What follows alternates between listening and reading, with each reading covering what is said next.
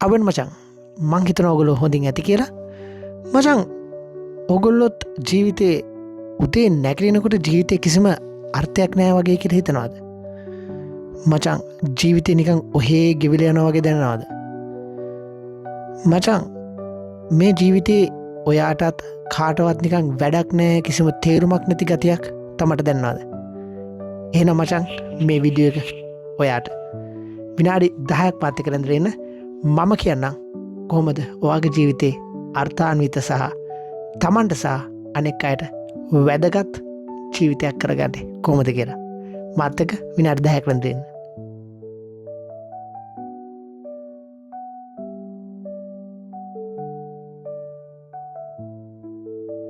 මචං මේ කතාව පටන් ගන්නේ ජපානයේ ඔකිනාවා කියන දූපතෙන්.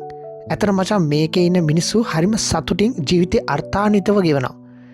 ඉතින් මේ අර්ථාන්විතව සතුටින් ගෙවෙන මිනිස්සු ගැන පරීක්ෂණයක් කරන්න පුද්ගලයන් දෙදෙනෙකුට ඕන වෙනවා. ඔවුන් දෙදෙනා තමයි හෙක්ටර් ගාසියා සහ ෆ්‍රැන්සිස් මිරාලෙස් කියන්නේ. මොවුන් දෙදෙනා එකතු වෙලා මේ පුද්ගලයන් ගැන මේ ජපානයේ ඔකිනාවා නුවර ඔකිනාවා දූපතේ ඉන්න පිරිස ගැන පරීක්ෂණයක් කරනවා. ඔවුන්ගෙන් විමසනවා කොහොමද ඔයගොල්ලෝ මෙච්චර සතුටින් ඉන්නේ කියලා. ඉතින් ඒ සතුටින් ඉන්න විදිය ගැන ලියවිච්ච ලස්සන පොතකින් තමයි මෙන්න මේ කතාව පටන් ගන්නෙ. අපි බලමු මොකක්ද මේ පොත කියලා. මචං මේ පොතේ නම තමයි ඉකිගායි කියලා කියන්නේ. ඉකිගායි කියලා කියන්නේ තමන් ජීවත් වන හේතුව සොයාගන්න එක. සරලව කිව්වොත් ඉකිගායි කියලා කියන්නේ දිගු සහ ප්‍රීතිමත් ජීවිතයක ජපන් රහස කියන එක. ඉතින් ඇත්තරම අපි කොහොමද අපේ ඉකිගායි හොයාගන්න කියන එකට සරල පොඩි කරුණු වගේක් මම ඔයාලට කියන්නම්. පළවෙනි දේ තමයි මචං අපි හොයාගන්න ඕනේ අපි ආදරය කරන්නේ මොකටද කියලා. ඒ වගේම මචං ඊළඟට අපි හොයාගන්න ඕනේ අපි දක්ෂ මොකටද කියලා. ඊළඟ එක තමයි මචං ඒක ලෝකෙට අවශ්‍යද කියන එක අපි හොයන්න ඕනේ. ලෝකෙට අවශ්‍ය වන්නේ කුමක්ද කියලාත් අපි බලන්න ඕනේ. අන්තිම එක තමයි මචං ඔබට මුදල් උපයා ගන්න පුළුවන්ද කියලාත් බලන්න ඕනේ. ඔන්න ඔය හතර සම්පූර්ණ වුණාම තමයි මචං අපිට අපේ ඉකිගායි එක හොයාගන්න පුළුවන් වෙන්නේ. තමන් ආදරය කරන දේ කරනකොට තමට කවදාවත් එපා වෙන්නේ නැහැ කියලා කියනවනේ. ඔය හතර සම්පූර්ණ වෙලා ඕකේ මැද්දේ තමයි මචං ඉකිගායි එක වෙන්නේ. මචං මේ හතරේ මැද්දේ කියන්නේ මොකද්ද? මේ හතරේ මැද්දේ කියන්නේ මචං තමන් ආදරය කරන, තමන් දක්ෂ වෙන, ඒ වගේ මචං මේ ලෝකෙට අවශ්‍ය වෙන සහ ඔයාට මුදල් උපයා ගන්න පුළුවන් වෙන ඔයාගේ දක්ෂතාවය ඔයා හොයාගත්තොත් ඔයා ඉකිගායි එක හොයාගත්ත වෙනවා. ඔන්න ඕක තමයි මචං ඉකිගායි එකට සරල අර්ථය. ඇත්තනම චිත්‍ර ශිල්පියෙක් චිත්‍රයක් හඳිනකොට ඒ චිත්‍ර ශිල්පියාට වෙලාව යනවා දැනෙන්නේ නැහැ. ඇත්තටම මචං අපි ආසදේ කරනකොට අපිට කවදාවත් ජීවිතේ එපා වෙන්නේ නැහැ. හරිම අර්ථාන්විත ජීවිතයක් ගත කරන්න පුළුවන්. ඔන්න ඔය හතර හොයාගත්තොත් ඔයාට පුළුවන් මචං මේ ජීවිතේ ලස්සනට ගෙවන්න. හැමදාම උදේ නැගිටිනකොට ප්‍රබෝධමත්ව නැගිටින්න. මචං මම මේක තවත් විග්‍රහ කරන්නද? ඔයා ආදරය කරන දේ සහ ඔයා දක්ෂ දේ තමයි ඔයාගේ පැෂන් එක වෙන්න ඕනේ. ඒ වගේ මචං ඔයා ආදරය කරන දේ සහ ලෝකයට අවශ්‍ය දේ තමයි ඔයාගේ මිෂන් එක වෙන්න ඕනේ. මචං ලෝකයට අවශ්‍ය දේ සහ ඔයාට මුදල් ලැබෙන දේ තමයි ඔයාගේ වෘත්තිය වෙන්න ඕනේ. මචං ඔයා දක්ෂ සහ ඔයාට මුදල් ලැබෙන දේ තමයි මචං ඔයාගේ ප්‍රොෆෙෂන් එක වෙන්න ඕනේ. මචං මේ විතරක් මදි. තමන් මචං මරණ මංචකයේ දක්වා තමන් ඊටම සතුටින් ඉන්නේ කොහොමද කියලා ඉකිගායි කතුරුවරයා අපිට කියලා දෙනවා. ඒක තව රීති 10කින් කියලා දෙන්නේ. අපි බලමු මේ අපූර්ව රීති 10 මොකක්ද කියලා. පළවෙනි එක මචං කිසිම විටක විශ්‍රාම යන්න එපා. හැමදාම මචං තමන් ආස දෙම කරන්න. මැරෙනකම්ම තමන් ආස දේ කරන්න. කවදාවත් මචං නිකන් ඉන්න එපා. දෙවෙනි කාරණාව තමයි මචං ඉක්මන් වෙන්න එපා. හිමින් ගමන් ඔයාට ගොඩක් දුර යන්න පුළුවන් වේවි. ඒ කියන්නේ මචං ඔයා හයියෙන් ගියොත් ඔයාට වැඩි දුර යන්න වෙන්නේ නැහැ. ඔයා ඉක්මනට හති වැටෙනවා. මචං පුළුවන් තරම් ගමන ඉතා හිමින් යන්න. ඉතා හිමින් යන තරමටම ගමන ඉතා පහසුවෙන් යන්න පුළුවන්. සහ ඔයාට එන බාධක හරියට හඳුනගෙන ඒවට ප්‍රතිචාර දක්වන්නත් පුළුවන්. මතක තියාගන්න ඉක්මන් ගමන් කෙටි කියන්නේ නිකන් නෙමෙයි. මචං මීලංකාරණය තමයි බඩපුරවා කෑම ගැනීමෙන් වලකින්න. ඒකැන මචං ඔය ජපානයේ හරි ලස්සන කන්සෙප්ටයක් තියෙන මචං හරහචිබු කියලා. ඒකැන මචං ඒගොල්ලො කන්නේ කුසගින්නෙන් 80%යි. ඉති මචං අපිත් බඩ පැලෙන්න්න කාල බුද්ධියගන්න එක තේරුමක් නෑ. ඒක නිසා මචං බඩගින්නෙන් 80%ක් කන්න පුරුදුවෙන්න.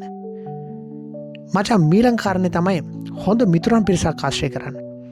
ඒකැන මචං තමන්ගේ දුකේදි තමන්ගාවන්න තමන්ට නැතිබැරි වෙලාවෙදි තමන්ගාවන්න මිතුරන් පිරිසක් ආශ්‍රය කරන්න. තමන්ට තියෙන වෙලාවෙදි තමන්ට සතුටින් ඉන වෙලාවද ඉන්න පිරිසකට වඩා තමන්ට අමාරු වෙලාවද තමන්ගාවන්න පිරිසක් ඇති කරගන්න. මචං හොඳ පිරිසක් ඇති කර ගැනීමෙන් තමන්ගේ වටේ ඉන්න පිරිස හොඳවීමෙන් තමන්ටත් මචං නිකම්ම දියුණුවෙන්න පුළුවන්. පස්වෙනි රීතිය තමයි මීළඟ උපන්දිනයට සූදානම් වන්න. උදාහරණයක් විදිහට ජපානයේ අය තායිචි වැනි සැහැල්ලු ව්‍යායාම කරනවා. ඒ වගේම තමයි මචං කවදාවත් අක්‍රිය වෙන්න එපා. ඒ කියන්නේ ගෙදර දොර වැඩ සහ ගෙවත්තේ වැඩ වට කරන්න පුළුවන්. ඇඟ වේසල කරන වැඩ කරන්න. නිකන් ඔහේ වාඩි වෙලා ඇඳකට වෙලා ඉන්න ලෑස්ති වෙන්න එපා. හැමතිස්සම තමගේ ශරීරය ඇක්ටිව් තියාගන්න. ඒක තමයි මචං මීළඟ උපන්දින ලෑස්ති වෙනවා කියලා කියන්නේ. හරිම නිරෝගී. නිරෝගීමත්ව ජීවත් වෙන්න. එක්සර්සයිස් කරන්න කියන එක තමයි සරලව කියන්නේ. ඇවිදින්න. මීළඟ කාරණේ මොකද්ද? හැමතිස්සම hina වෙලා ඉන්න. කවුරු වාට hina වුණත් කවුරු වාට එරෙව්වත් වාට අදාළ නැහැ. හැමදාම මචං hina වෙලා ඉන්න පුරුදු වෙන්න. ඒකෙන් මචං ඔයාගේ ලේ පිරිසිදු වෙනවා. ඔයාගේ මනස පිරිසිදු වෙනවා. ඒ වගේම තව විශේෂ කාරණයක් තමයි ආතතිය අඩු වෙනවා. පුළුවන් නම් කරලා බලන්න තමන්ට ස්ට්‍රෙස් තියෙන වෙලාවක hina වෙන්න. පුළුවන් තරම් hina වෙන්න. අනික් අයට hina වෙන්න. දකින්න හැමෝටම තමන්ගේ hinaවෙන් සංග්‍රහ කරන්න. එතකොට තමන්ගේ ආතතිය නිකම් අඩු වෙනවා. හරි. ඊළඟ කාරණයට යන්න. සබාදහම සමග සම්බන්ධ වෙන්න. පැලයකට පුළුවන් නම් ගහකොළ සමග සම්බන්ධ වෙන්න උත්සාහ කරන්න. ගේ ඇතුළට වෙලාම ඉන්න එපා. එළියට බහින්න. යන්න හයිකින් එකක් යන්න.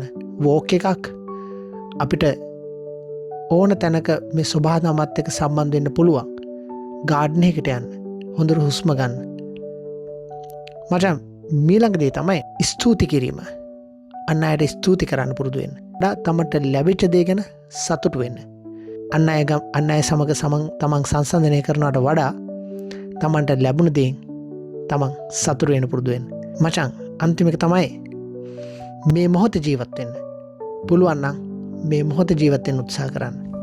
මේ මොහොතේ ජීවත් වෙනවා කියන්නේ මචං ලේසි නෑ. මොකද අපි ගොඩක් වෙලාවට ජීවත් වෙන්නේ අනාගතේ අතීතේ ඔන්න ඔය කාලවල් දෙක අතර තමයි අපි ජීවත් වෙන්නේ.